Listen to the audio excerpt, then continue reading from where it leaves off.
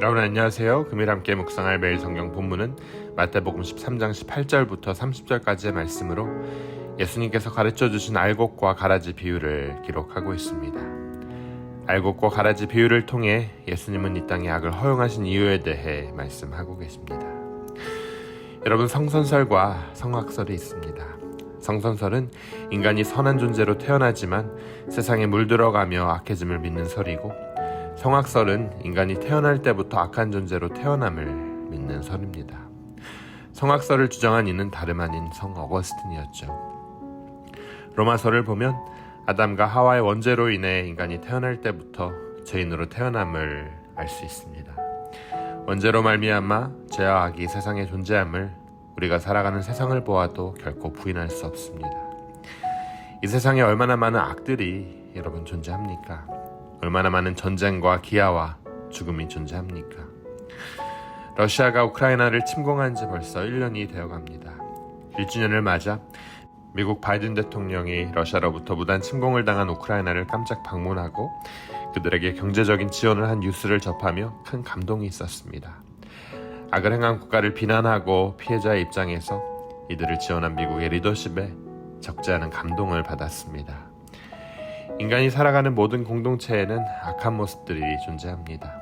심지어 구원받은 사람들이 모인 교회 공동체 안에도 악한 모습이 있고, 이러한 악함으로 인해 서로가 서로에게 상처를 주고받는 것이 현실이죠. 오늘 말씀은 씨 뿌리는 비유에 대한 예수님의 설명과 함께 알곡과 가라지 비유가 이어지고 있습니다. 특히 알곡과 가라지 비유 말씀을 보면 농부가 분명히 밭에 좋은 씨를 뿌렸음에도 불구하고 그 밭에는 가라지까지 함께 자라고 있다는 사실을 발견하게 됩니다. 여러분, 좋은 씨를 뿌린 밭에는 좋은 열매를 맺는 곡식만 자라야 하는 것이 정상입니다. 하지만 여러분, 이 밭의 상황은 그렇지 못했죠. 곡식들 사이에 가라지도 함께 자라고 있었기 때문입니다. 가라지가 함께 자라고 있는 상황에 대해 집주인이 무엇라고 말하고 있습니까? 금일 말씀 마태복음 13장 28절이 이렇게 전합니다. 주인이 이르되 원수가 이렇게 하였구나. 종들이 말하되 그러면 우리가 가서 이것을 뽑기를 원하시나이까. 집주인은 원수가 가라지를 뿌리고 갔다는 사실을 알았습니다. 28절의 원수는 집주인에 대해 나쁜 뜻과 의도를 가진 사람을 뜻합니다. 이 비유에서 집주인은 예수님을 뜻하고 원수는 마귀를 뜻하죠. 마귀는 하나님 나라의 복음을 가르치는 예수님을 반대하며 성도들이 믿음을 지키고 하나님 나라에 들어가는 것을 방해하는 존재입니다. 마귀는 성도들이 모인 교회 안에 침투하여 오는 사자와 같이 성도들을 삼키고 멸망케 합니다. 또한 마귀의 자녀들 역시 교회 안에 존재한다고 예수님께서는 말씀하셨습니다. 여러분, 그렇기에 교회 공동체 안에도 역시 악한 가라지와 악은 존재하며 이들이 성도들과 함께 모여있는 사실을 우리는 알아야 합니다. 예수님을 중심으로 모여 있었던 12제자들 중에도 도둑이 있었어요. 요한복음 12장 6절에는 이렇게 기록되어 있습니다. 이렇게 말함은 가난한 자들을 생각함이 아니요 그는 도둑이라 돈꾀를 맞고 거기 넣는 것을 훔쳐 감이더라. 예수님께서 직접 부르시고 또 함께 하시며 하나님 나라의 복음을 직접 가르쳐 주신 12제자들 중에도 가롯 유다가 있었습니다. 세상 어떤 공동체에도 악은 존재하기 때문이에요. 하지만 이 같은 악은 예수님이 지혜롭지 못하시거나 가룟 유다를 부르실 때 그의 성품을 모르셨기 때문에 존재한 것이 아닙니다. 이미 예수님께서는 가룟 유다를 알고 계셨고 그가 자신을 팔 것이라는 사실도 잘 알고 계셨어요.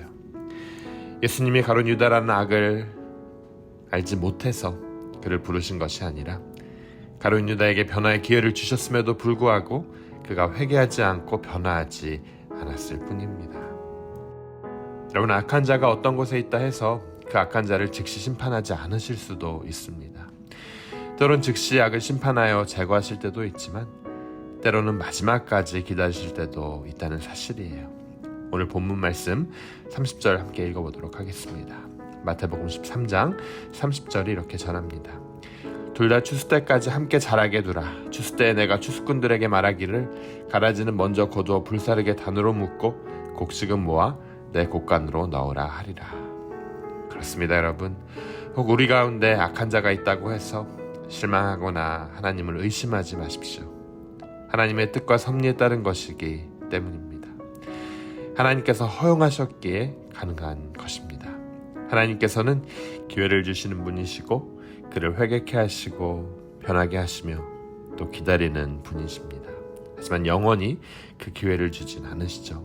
마지막에는 반드시 심판하십니다. 사랑하는 여러분, 우리는 우리의 상황을 하나님께 올려드리고 그분의 공의를 믿고 뜻에 맡기며 우리의 믿음을 지키며 살아가면 됩니다.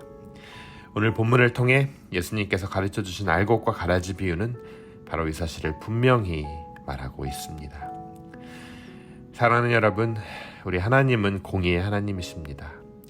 그렇게 마지막 날에 반드시 알곡과 가라지를 분류하시고 가라지와 같은 자들을 먼저 심판하신 이후 알곡 같은 성도들은 하나님 나라로 인도해 주실 것입니다. 하나님의 공의로우심과 주님의 약속을 믿고 오늘도 믿음 가운데 악에게 지지 말고 선으로 악을 이겨나가는 거룩한 삶을 인도하시는 여러분 되시길 주님의 이름으로 축원합니다. 우리 함께 기도하도록 하겠습니다. 주님 은혜 감사합니다. 우리의 삶을 통치하시는 하나님 아버지, 오늘 말씀을 통해 우리 삶은 하나님의 뜻과 계획 가운데 다스리시고 계심을 깨달았습니다. 때로는 악한 자들로 인해 우리가 상처를 받고 믿음이 흔들리지만 오늘 말씀을 통해 공의의 하나님을 믿고 순종할 수 있는 믿음을 우리에게 허락하여 주시옵소서. 마지막 날에 주님께서 공의의 심판을 하실 것임을 믿고 오늘도 우리의 믿음을 지켜나가게 하여 주옵소서. 이 모든 말씀 예수 그리스도의 이름으로 간절히 기도드립니다.